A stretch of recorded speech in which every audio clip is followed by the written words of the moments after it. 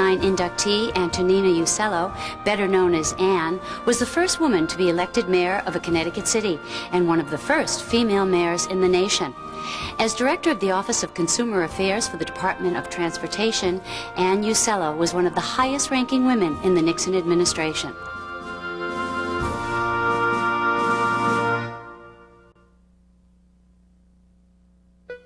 I didn't really choose a career in public service as such, but always in the back of my mind there was the idea that someday I would like to run for public office. I am the second of 5 daughters that my parents had. They came to the United States from Italy, and we grew up in a closely knit family. My parents were very supportive of anything that we wanted to do. However, when I told my dad that I was going to run for public office, he was not opposed to it as such, but he said, "I just don't want to see you hurt." I got to the mayor's office by way of the city council. I was first elected in 1963 as a member of the new Republican Party, and then was re-elected in 1965. In 1967, I spent the whole election day going from voting place to voting place, meeting the voters, passing out my little cards to elect Ann Uccello to the council then. So then I went home and got dressed, freshened up, and got dressed by that time. By the time I came downstairs, everybody was coming in, the news media, family, friends, everybody was gathering, and I took my place in the living room and listened to the returns coming in, and it was neck and neck. And finally, when they said that I had won by 8 votes, there was pandemonium all over the place, and I said, "I just don't believe it now, don't get too excited. 8 votes is nothing, and there's going to be, with 8 votes, there's going to be a recount." So then I guess it was 13 votes, and the feeling was that I had made it. And of course the television people called immediately because they wanted me to come down to the studios.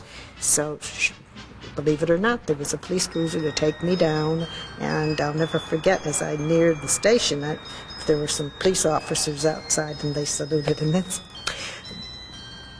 how I get emotional after all these years when it sunk in. They said it couldn't be done, but it was. The state of Connecticut had a woman mayor for the first time in the history of the Nutmeg State, and Hartford was the city to do it. You might say that if there's a chance something will happen for the first time, it will happen in Hartford. Pay TV, dial-tone first payphones, buildings with only 2 sides, a Negro state senator, and now a mayor who wears skirts, and who wouldn't look too badly in a mini dress at that. Ann Uccello, who looks 30, and I'm not going to spoil that, was elected to the top spot on the Hartford City Council on November 7th of this year. The thing that impressed me the most about my election as mayor was the tremendous support that I had from women right across the board. Maybe I was skeptical because they'd always say women are jealous of each other. This was the old-fashioned, thinking that I grew up in, that there wouldn't be much support for women. They were absolutely wonderful. Ann indeed was a fish out of water, and totally out of water. She was female, and along with that she was Republican. So in the community that I live in, people took her with a kind of jaundiced eye. What is she going to do? How is she going to be different from all the rest that we have seen? And will she be concerned about our community? The first thing we noticed about her after a while was that she was a people person. She really did like people. And it made no difference that they were black, white, blue, or otherwise. She had an internal sense about what people needed, and she was willing to do what she needed to do to help them get that done. After I was elected mayor, and we knew that there were going to be disturbances, and this is before Martin Luther King was assassinated, I had established communications with many of the young black males in Bellevue Square. And I invited them to my office in City Hall, also the JCs, and I wanted to do something, to have programs for them, entertainment and other things that would get them involved. So the night that Martin Luther King was assassinated, I remember it was on a Thursday night, I met the chief of police, and he said, "Mayor, have you heard Martin Luther King has been assassinated? I think there may be trouble in the city this evening, but everything is quiet." And I said, "Was there anything I can do?" and all. He said, "No, go home, but if there is any disturbance, we'll call you." And sure enough, no sooner had I gotten home, it was 10 o'clock or so, that the call came that they had started throwing bottles up in the north end. So a cruiser came and picked me up, and I went down to the police headquarters, and I said, "I'm going out there." And they said, "Oh, no, you're not." I said, "What do you mean I'm not going out?" The city manager said, "You are not going to go out there." I said, "I'm sorry. If I were a male mayor, you would never tell him that he could not go out there. I'm going out. Now, one of you fellows drive me."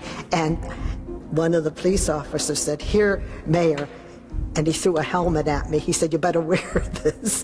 So I just slung it over my arm, and we went right up to where this huge crowd of young people was, and luckily enough, I happened to spot a few of the people, the young people that I had in my office, and we started talking, and they were all uptight, and they were saying, they killed our leader, they killed our leader, why did they do that?" And I said, "It was some deranged person, just as some deranged person killed John Kennedy. This does happen, and it's unfortunate."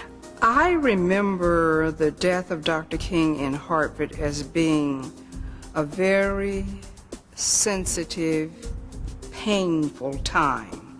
And sometimes out of sensitivity and pain comes frustration and violence. And I do recall that she, at that time, was brave enough to go into the community where people were black and say to them, "We can work this thing out. There's a way to do it, and we'll do it here in Hartford. We don't necessarily have to throw trash cans through windows." And I think that because she took that approach, it gave people the strength to say that, okay, we can get through this. My years in Washington were really, in a way, very heady, because I was among the first of the women that were being appointed to high positions in the federal administration. And shortly after I came to Washington, we formed an organization of executive women in government, and our goal was to promote more women, to ask for more women in the highest offices, and we wanted a woman on the Supreme Court, and we got Sandra Day O'Connor. And I used to be called frequently by Barbara Franklin, who later became the Secretary of Commerce and is now married to one of Connecticut's prominent citizens. And she used to say, "Ann, do you know any women that could be considered for appointment to such and such a position?" They're always looking for capable women. The kicker in this was that it had to be somebody who had experience. And my question was, "Barbara, who has experience among women in such and such a field when all the doors were shut to them?" I left Washington after President Ford was defeated and President Carter was elected president. As an appointee, you automatically turn in your resignation. I came home and I worked for the Republican headquarters for about a year, trying to decide what I wanted to do. And my brother-in-law owns insurance real estate agency in Farmington, the Gustafson Agencies, and he said, "Ann, what are you going to do now? Why don't you come into the office? We can use you." And